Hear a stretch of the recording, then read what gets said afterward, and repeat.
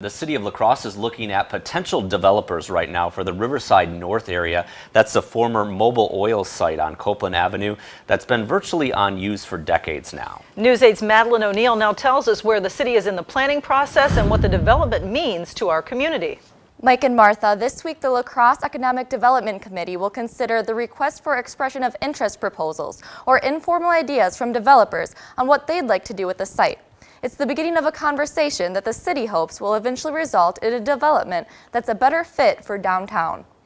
In comparison to its bustling surroundings, this is one of the main gateways, if not the main gateway to the city. I think Rose Street and Copeland carry about 30,000 cars a day.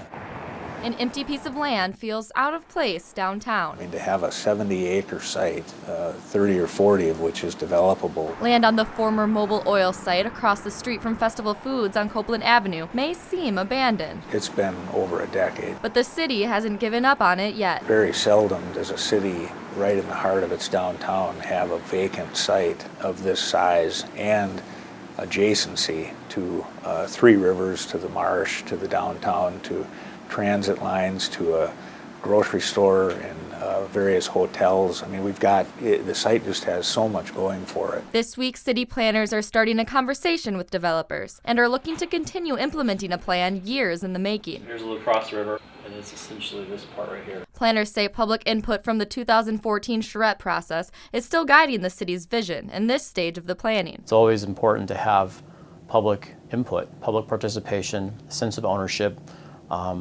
And for one, you may get ideas that you didn't think of. We want a site that gives the city a lot of economic opportunities, but also looks at the social and environmental side and benefits to the community. The plan includes both housing and commercial areas and green space to fit in with the downtown but complement the natural environment.